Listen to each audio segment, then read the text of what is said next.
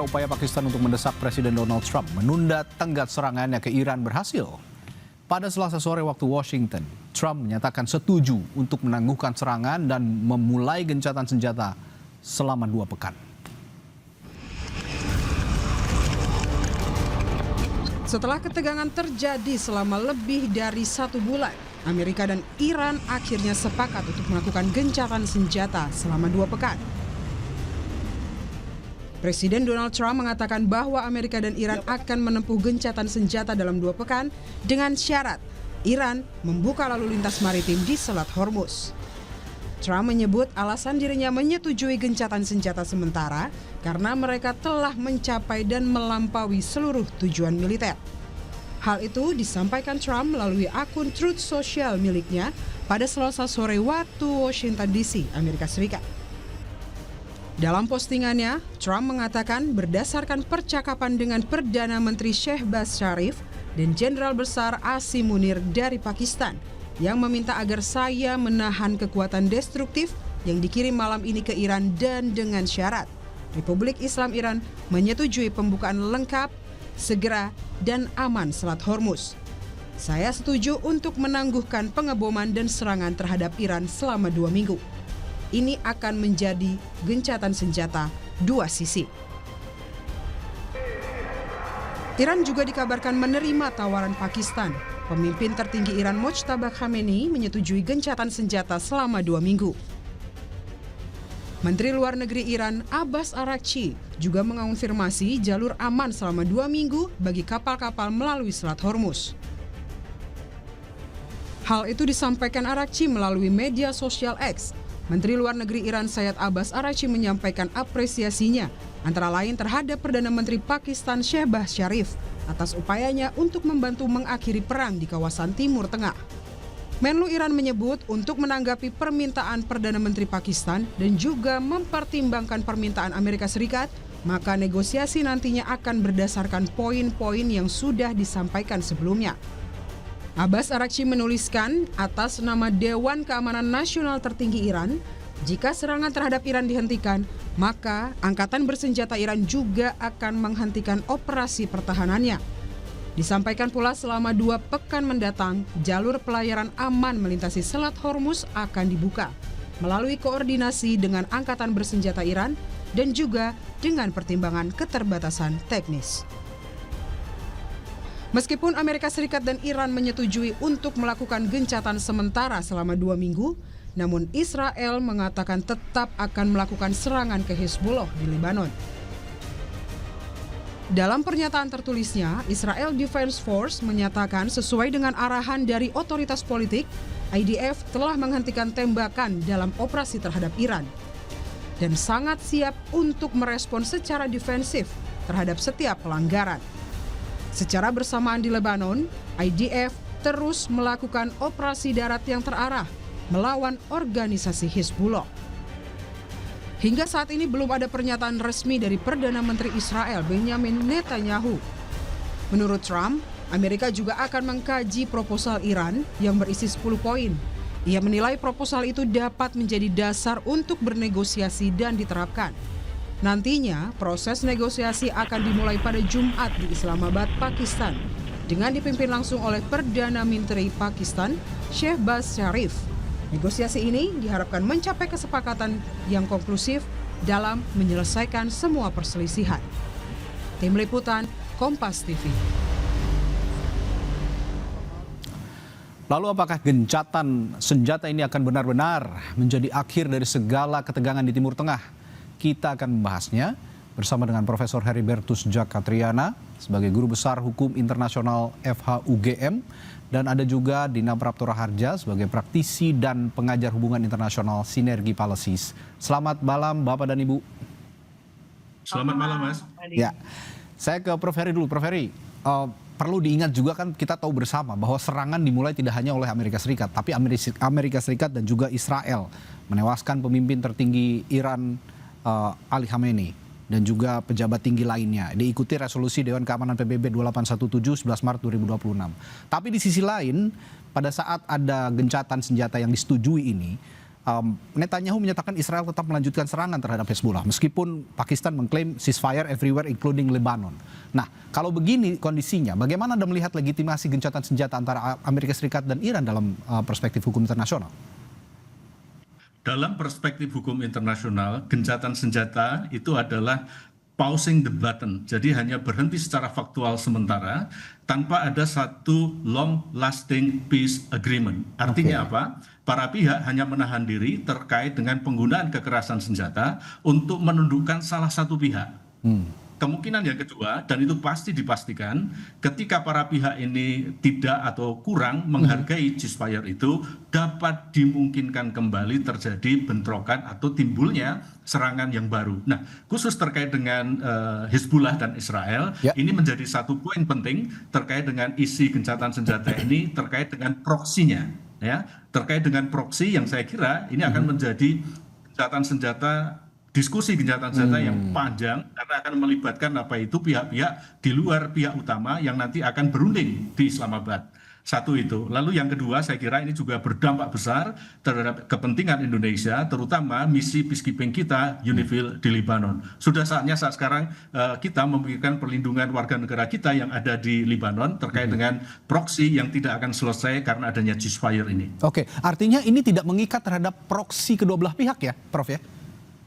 Tidak, ya? karena para pihak ini tidak diikutkan. Namun demikian kita tunggu apakah nanti kesepakatan ceasefire di Islamabad Accord yang akan berlangsung ini mengatur secara detail dalam bentuk Memorandum of Understanding yang mengatur pihak atau proksi yang ada di Yaman, Houthi, Hezbollah di Lebanon terkait dengan para pihak yang bertikai ini, Amerika, Israel, dan Iran. Oke, saya ke perspektif hubungan internasional, Mbak Dina.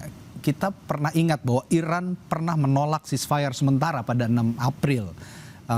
Di laporannya Reuters saya baca. Dan menerima akhirnya pada 7-8 April setelah ancaman Trump yang mengatakan seluruh peradaban akan mati katanya. Nah, ini juga diiringi oleh serangan infrastruktur minyak Kark di Pulau Kark begitu. Menurut Anda, apakah ini tanda kelemahan rezim atau strategi resistance ekonomi yang cerdas dari Iran kira-kira? Yang kedua.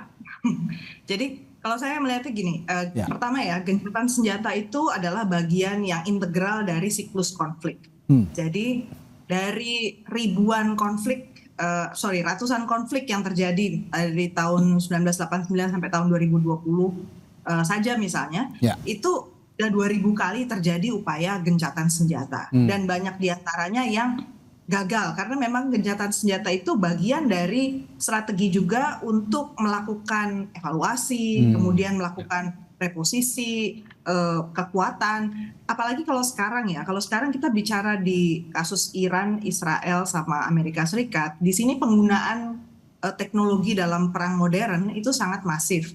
Jadi sistem nirawak, sistem kecerdasan buatan itu sebenarnya ternyata lebih butuh waktu untuk ada periode jeda melakukan kalibrasi atas sistem-sistem teknis. Jadi termasuk juga penggunaan deepfake dan kampanye disinformasi itu juga perlu evaluasi sehingga para aktor itu kemudian bisa mengkonsolidasikan ruang informasi mereka dan memenangkan narasi publik. Karena kita perhatikan ya, yang di satu sisi mereka bilang mau gencatan senjata, tapi di sisi yang lain sebenarnya kedua belah pihak sama-sama mengklaim sudah mencapai kemenangan. Kenapa saya bilang tadi poinnya bahwa Iran itu di sini sebenarnya dalam posisi yang lebih kuat? Karena ya kalau kita cek pertama, sebelum perang Iran itu di posisi yang dihakimi harus ini dan itu gitu kan ya, harus lebih patuh dan menuruti maunya Amerika Serikat. Pada saat itu Iran tidak menguasai Selat Hormuz. Kenyataannya sekarang Iran sudah menguasai Selat Hormuz. Bahkan ketentuan yang diminta oleh Iran adalah legalisasi atau legitimasi penuh bahwa memang Iran berhak dan itu dijamin haknya dia untuk mengatur semua kapal yang lewat di Selat Hormuz, bahkan melibatkan peranan militer dari Iran di sana.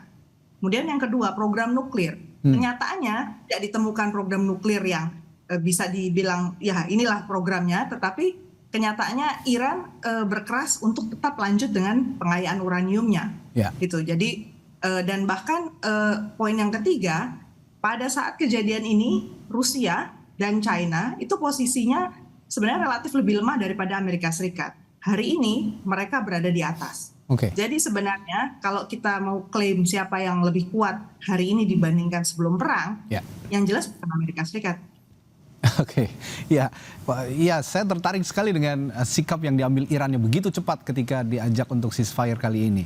Karena sebelumnya kan sempat menolak bahkan proposal 45 hari menuntut penghapusan sanksi permanen begitu. Nah, tapi alih-alih Iran menerima dengan cepat, saya juga tertarik dengan proksi-proksi yang terlibat dalam perang ini, baik Iran maupun Amerika Serikat. Seperti tadi yang disinggung oleh Prof. Heri, ini tidak mengikat semua proksi-proksi dari kedua negara yang sedang bertikai, maupun baik Amerika Serikat maupun Iran. Nah, kalau melihat kondisi seperti ini, kalau memang ada serangan dari proksi dan akhirnya menyasar justru ke Iran, karena ya kalau ke Amerika Serikat mungkin hanya di pangkalan-pangkalan, tidak langsung ke negaranya, tidak langsung ke jantungnya.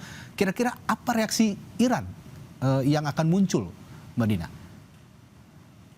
Reaksi Iran, saya kira satu, Iran sudah menghitung pasti di posisi-posisi kunci di mana dia dianggap rentan atau dia bisa menjadi sasaran tembak, dia akan melakukan serangan balasan langsung. Seperti kemarin tekniknya dia lah, tit for tat. You serang saya di satu titik, dia akan serang balik dengan tidak kalah kuatnya gitu. Kemudian yang kedua, fasilitas infrastruktur negara-negara Teluk ini loh masih menjadi taruhan besar. Dan yang menarik lagi, poin yang ketiga adalah perubahan harga minyaknya loh. Menurut saya kalau kita lihat begitu Trump bilang ceasefire, terus habis itu Iran bilang setuju, harga minyak langsung turun di bawah 100 loh. Betul. Itu drastis banget dan menurut saya nggak mungkin juga Amerika Serikat di dalam negeri ini juga sudah mulai gencar ya upaya untuk menetapkan amandemen 25, yaitu untuk menurunkan Trump karena alasan tidak fit sebagai pemimpin. Karena dia mau menghapuskan satu civilization, artinya terang-terangan mengatakan akan melakukan pembunuhan besar-besaran terhadap satu kelompok. Jadi menurut saya ada beberapa faktor yang kemudian walaupun Trump mungkin memprosesnya agak butuh waktu ya, kalau menurut saya dari segi narasi yang dia keluarkan itu masih tetap mengedepankan hanya maunya dia. Tapi faktanya ada beberapa hal yang akan menggentarkan Amerika Serikat untuk gegabah kali ini. Prof. Heri, begini,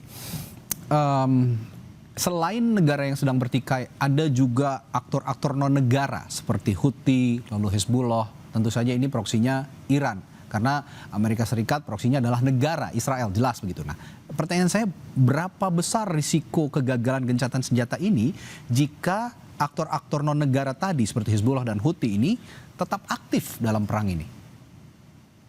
Sangat-sangat besar, sangat-sangat besar. Kenapa? Karena satu, ini adalah penghentian faktual, tetapi ketika penghentian faktual tanpa didasari ada dasar hukum yang komprehensif mengikat para pihak, ini akan sangat mudah untuk dapat diruntuhkan, diganggu, dan bahkan diingkari. Dengan satu insiden kecil saja, itu dapat membahayakan Memorandum of Understanding yang terjadi di antara para pihak babon yang sedang berperang ini. Nah, ini juga saya kira patut kita perhatikan, patut kita waspadai terkait dengan kemungkinan meledaknya dan juga membahayakan Memorandum of Understanding ini dalam waktu jeda sekitar 40 hari ke depan ini. Nah, itu satu. Lalu yang kedua, saya kira kita juga harus mengantisipasi juga penggunaan Selat Hormuz ketika kondisi sudah berlangsung normal, ada pengawalan kapal dan lain sebagainya, terjadi insiden yang ini menjadi pembuka kontak senjata lagi yang mengakibatkan terjadinya pelanggaran-pelanggaran terhadap kesepakatan-kesepakatan yang telah disepakati. Saya kira sangat mungkin terjadi dan sangat-sangat rentan terkait dengan ini. Kenapa? Karena status dasar hukumnya sangat rapuh. Status dasar hukumnya sangat rapuh. Tapi saya tertarik juga dengan rapuh sekali. Saya ke Mbak Dina lagi. Saya tertarik dengan mediator seperti Pakistan. Dengan segala hormat, mohon maaf, Pakistan ini kan negara kecil dibanding Indonesia, kan ini jauh lebih kecil begitu. Tapi saya tertarik dengan peran negara mediator seperti Pakistan ini dalam mendorong tercapainya kesepakatan ini. Apa yang menjadi daya tarik utama Pakistan bisa menjadi mediator dalam perang Iran Amerika Serikat ini, Mbak Dina? Kita tidak boleh meremehkan Pakistan. Pakistan itu juga middle power di negara Asia, di bagian Asia Selatan. Pertama, dan dia juga punya hubungan yang sangat istimewa antara Washington, Amerika Serikat dengan Teheran. Pertama, karena sejak Teheran dan Washington itu pecah hubungan diplomatik gara-gara Amerika Serikat memilih untuk memutuskan hubungan dengan pimpinan Iran, dan ada revolusi di dalam Iran tahun 1979, kemudian ada penahanan, itu ada apa namanya, kan sempat ada kericuhan gara-gara sandera ya orang-orang Amerika Serikat di embassy Amerika di Teheran, yang itu sampai membuat polemik besar di dalam negeri Amerika Serikat. Presiden Jimmy Carter gagal terpilih kembali, sehingga yang naik itu dari kubu Republikan. Itu bukan hal yang sepele, dan pada momen itu siapa yang menjadi penghubung antara Amerika Serikat dengan Teheran? Itu adalah Pakistan. Jadi kalau dalam dunia diplomasi itu nggak pernah ada hubungan diplomatik yang benar-benar putus. Pada saat putus hubungan, dikatakan kepala negara bilang kita nggak temenan lagi ya, itu komunikasi tetap jalan. Karena ada orang Iran di Amerika, ada orang Amerika di Iran. Kemudian juga ada urusan terkait konsuler, kemudian juga hubungan dagang dan lain-lain, dan tetap harus diurus. Artinya tetap ada orang Iran yang bekerja di dalam embassy Pakistan, lebih dari 60 orang yang bekerja di sana, dan menjadi penghubung di Washington DC. Jadi ibaratnya luar dalamnya Iran, itu Pakistan tahu. Demikian pula Washington itu tahu tentang Iran, itu dari Pakistan. Dan ini hubungan sudah 20 tahun lebih. Jadi beda justru dengan Indonesia. Kalau Indonesia itu nggak punya itu. Kita nggak punya kemewahan itu sama sekali. Bahkan Pakistan itu kekuatan lainnya adalah dia punya senjata nuklir. Jadi boleh dari saya tambahin, Mas? Pengembangan program nuklir itu juga apa namanya, jangan diremehkan lah Pakistan. Silakan, Prof. Satu, kita bisa melihat 10 tahun terakhir ini kerjasama antara Iran dengan Pakistan di dalam wilayah perbatasan untuk combating transnational crime itu begitu intens.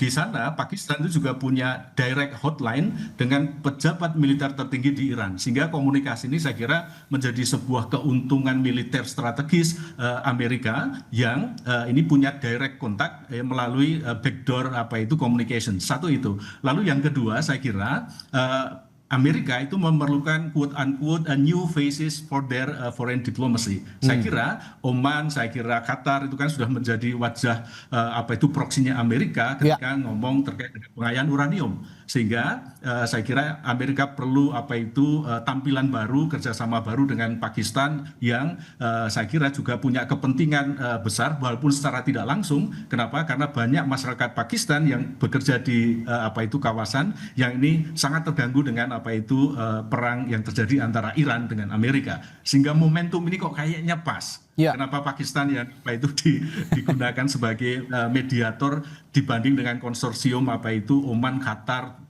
Turki misalnya ya. Malam ini saya tercerahkan oleh Mbak Dina juga Prof Heri, kenapa Pakistan jadi alat utama untuk menjadi mediator begitu. Dan banyak yang bertanya-tanya, bukan hanya saya sepertinya, pemirsa Kompas TV yang bertanya-tanya, bagaimana negara yang tidak terlalu banyak aktif begitu ya, seperti Pakistan bisa akhirnya muncul ke permukaan menjadi mediator. Tapi yang saya tertarik juga soal, saya ke Prof Heri, soal penghentian serangan selama 2 minggu ini, atau ceasefire selama 2 minggu ini. Apakah ini sudah memenuhi prinsip hukum humaniter internasional, Prof Heri? Saya akan tanyakan hal itu ke Prof Heri, tapi jeda dulu ya, Prof. Nanti setelah jeda saya akan tanyakan itu di Sapa Indonesia Malam. Tetap bersama kami. Dan kita akan lanjutkan perbincangan malam hari ini bersama Prof Heribertus dan juga Mbak Dina Prapto. Tadi saya bertanya sebelum jeda ke Prof Heri bahwa penghentian serangan selama 2 minggu ini apakah sudah memenuhi prinsip-prinsip hukum humaniter internasional, Prof? Saya kira ketika kita menggunakan parameter hukum humaniter internasional jus in bello, yang namanya ceasefire, itu adalah salah satu cara untuk mengakhiri konflik bersenjata. Dalam hal ini adalah konflik bersenjata internasional antara negara Amerika, negara Iran dengan negara Israel. Namun demikian, ketika kita melihat lagi, ini kan semacam de facto pausing situations. Dan di sini kita lihat apakah sesuai dengan indikator hukum humaniter internasional. Saya kira belum. Kenapa? Karena di dalam hukum humaniter internasional itu pasti nanti endingnya akan terkait dengan pertanggungjawaban para pihak yang bertikai. Nah, ketika kita melihat selama penggunaan kekerasan bersenjata ini, satu, kerusakan sipil itu luar biasa. Contoh kemarin kapal tanker sipil dirudal oleh Iran, tenggelam. Pertanyaannya adalah reparasinya seperti apa? Siapa yang harus bertanggung jawab? Satu. Lalu yang kedua, sampai saat sekarang kita belum tahu informasi yang valid terkait dengan prisoner of wars dari masing-masing pihak. Nah, ini kan juga dipikirkan apakah yang namanya ceasefire itu juga nanti akan sampai kepada hal-hal yang sifatnya teknis untuk terkait dengan hak dan kewajiban para pihak yang bertikai. Saya khawatir tidak. Artinya apa? Kalau kita lihat nanti ceasefire, tentu tidak akan ada tindakan hukum lanjutan terkait dengan pertanggungjawaban para pihak ketika melanggar ketentuan hukum humaniter internasional. Apa yang saya khawatirkan di dalam, mohon maaf, pidato pengukuhan guru besar saya beberapa waktu lalu, tahun lalu, adalah bagaimana tanggung jawab para pihak yang bertikai yang menggunakan laut sebagai saat sekarang favorable options ketika conducting hostilities. Nah, sekarang mari kita lihat Selat Hormuz itu menjadi satu wilayah yang sangat-sangat rentan terkait dengan marine distractions karena para pihak ini yang bertikai. UNCLOS itu tidak mengatur itu, tetapi ada satu aturan terkait dengan San Remo manual, tetapi saya kira ini sangat jauh untuk dapat diterapkan. Kenapa? Karena statusnya adalah ceasefire dan bukan peace treaty di antara para pihak yang bisa diikuti dengan penegakan hukum humaniter internasional. Baik. Saya ke Mbak Dina. Saya tertarik juga soal posisi Selat Hormuz dalam kondisi ceasefire saat ini. BBC, saya mengutip BBC, ini mengatakan bahwa saat ini kondisi ceasefire ini, gencatan senjata ini hanya partial win atau kemenangan parsial untuk Donald Trump. Karena juga ini sekaligus membuka pintu negosiasi di Islamabad. Tapi apakah itu betul bahwa ini hanya partial win atau justru menguntungkan Iran jangka panjang karena berhasil membuka kembali Strait of Hormuz tanpa kehilangan proxy sepenuhnya, Mbak Dina? Saya merasa bahwa media itu kita juga harus lebih bijak dalam membaca statement-statement dari media. Begitu cepat juga perubahan narasi yang muncul, dan kita bisa lihat bahwa kalau media Amerika Serikat itu ada kecenderungan untuk menonjolkan sisi yang dianggapnya lebih baiklah Amerika Serikat hari ini dibandingkan Ukraine. Padahal faktanya kita lihat tidak. Kita menurut saya lebih bijak melihat gencatan senjata kali ini dari perspektif militer. Saya sepakat dengan Prof. Heri tadi bahwa poinnya itu jangan dilihat dulu terlalu jauh sampai ke humaniter karena ini bukan peace treaty. Kita jadikan ini baru sebatas gencatan senjata dari perspektif militer. Karena pihak yang bertikai seringkali juga menyetujui ada satu jeda demi mengambil keuntungan strategis yang immediate sifatnya langsung bisa dirasakan. Tadi seperti poinnya adalah untuk kalibrasi ulang persenjataan mereka. Kemudian evaluasi, dan jangan lupa poin yang ketiga, di dalam perang ini ada pihak ketiga yang tidak ikut dalam meja negosiasi tapi sangat menentukan. Yang saya sebut tadi ada Cina, ada Rusia, Israel juga walaupun dia setuju, kita tahu persis hatinya sudah bilang ya terang-terangan dia nggak akan berhenti menyerang Lebanon. Dan Israel ini juga dalam posisi sangat amarahnya luar biasa besar. Dan garis politiknya itu sangat mentok kanan gitu ya kalau saya bilang terang-terangan saja ya. Jadi sejak perang berkecamuk di sekeliling negara Israel dan jatuh pimpinan di Libya, di Irak, kemudian di Suriah, Anda bisa membayangkan situasi atau rasa tidak aman itu sangat besar dirasakan oleh orang-orang atau pimpinan Israel. Sehingga yang ada di kepala mereka saya jamin pasti ingin memastikan bahwa mereka siap tempur kapanpun. Nah, saat ini data menunjukkan bahwa mereka itu sudah mulai kekurangan amunisi. Jadi mereka harus lebih taktis memilih waktu yang tepat dan sambil istilahnya mengisi ulang refill dari amunisi mereka. Jadi ini singkat sekali menurut saya jeda militer ini. 2 minggu nggak terasa ya? Nggak terasa 2 minggu itu. Dan kita harus hati-hati juga karena aktor non negara ada, intervensi pihak ketiga juga ada. Oke, kalau begitu saya akan ajukan pertanyaan masing-masing ke narasumber saya terakhir, singkat saja, dan mulai Prof. Heri. Prof, dari perspektif hukum internasional dulu, Anda melihat dinamika kepercayaan atau trust antara Amerika Serikat dan Iran dalam proses negosiasi ini bagaimana? Saya mengatakan nol. Sekali Nol, lagi, ya? saya mengatakan nol. Oke. Kenapa? Karena masing-masing para pihak itu saling tergantung dengan pihak ketiga. Oke. Ya, itu satu. Lalu yang kedua, ketika bilateral trust itu menjadi masalah gede, saya kira kepentingan para mediator ini yang nanti akan menentukan arahnya. Nah, dari sini kita juga bisa melihat bahwa Islamabad Accord ataupun Memorandum of Understanding yang akan ada itu, kalau menurut falsafah Jawa, saya kira itu adalah sebuah situasi ngadeg, jegegeg, ugeg-ugeg, mel-mel. Tanpa fondasi yang kuat, maka tidak akan bisa berdiri kokoh selamanya. Sehingga para pihak masih sangat-sangat mungkin untuk bisa diganggu atau terganggu dalam situasi kondisi ini. Terutama sekali lagi saya sepakat dengan Bu Dina, adanya pihak proksi yang ini sangat terkait langsung ataupun tidak karena faktor ideologi, politik, dan juga masalah sosial dan budayanya sangat mempengaruhi ini. Baik, pertanyaan yang sama buat Mbak Dina. Soal trust ini dari perspektif hubungan internasional, bagaimana? Minus. Singkat saja, Pak. Ya. Perspektif saya dari hubungan internasional untuk modal negosiasi minus. Jadi bukan nol lagi, malah bukan nol lagi, malah minus. Oke. Karena poinnya di sini adalah bahkan ambigu sekali ya yang disampaikan oleh Amerika Serikat, karena dia yang paling sering bicara ya, Presiden Donald Trump, tentang apa yang dia sepakati dari pihak Iran. Itu nggak jelas sama sekali. Apa sih yang menurut dia membawa dia untuk ke meja perundingan, sama sekali nggak jelas menurut saya. Karena kalau disandingkan nih ya, 10 poin dengan 15 poin, yang saya rasakan justru ini banyak bentroknya di antara kedua permintaan itu. Dan satu yang sudah pasti nggak bisa dijamin oleh Amerika Serikat adalah jaminan non-agresi untuk Iran. Itu pengakhiran perang itu juga menurut saya nggak. Jadi harapan masyarakat soal perdamaian ini hendaknya kita tempatkan sesuai dengan porsinya. Kita tetap harus berjuang secara diplomasi, karena yang sedang berubah ini bukan sekedar tatanan di Timur Tengah, tapi juga tatanan internasional. Ya, tidak hanya di Timur Tengah, tapi tatanan internasional. Dan tadi saya sepakat dengan Mbak Dina juga Prof. Heri bahwa yang sekarang kita sedang perjuangkan adalah ya masing-masing diplomasi, gerakan diplomasi masing-masing negara ya. Tergantung kecakapan masing-masing diplomasi. Pentingnya itu Mas, saya kira. Pertanyaan pentingnya adalah selama 2 minggu jeda ini Indonesia akan ngapain gitu. Itu dia. Saya sepakat dengan Pak Bahlil. Ketahanan energi harus dikuatkan, diversifikasi supplier harus dilakukan, peningkatan kapasitas cadangan harus sampai 90 hari atau 100 hari gitu ya. Lalu yang kedua kita bisa menggunakan hal-hal yang sifatnya diplomatif konstruktif, Mas. Ya, jangan hanya terbuai dengan Selat Hormuz dibuka lalu kita santai-santai saja. Tidak bisa begitu juga ya. Terima kasih Profesor Heribertus Jakatriana, Guru Besar Hukum Internasional FHUGM, dan Dina Praptura Harja, praktisi dan pengajar hubungan internasional Sinergi Policy, telah berbagi perspektifnya di Sapa Indonesia malam hari ini. Selamat malam, sampai jumpa lagi Bapak dan Ibu.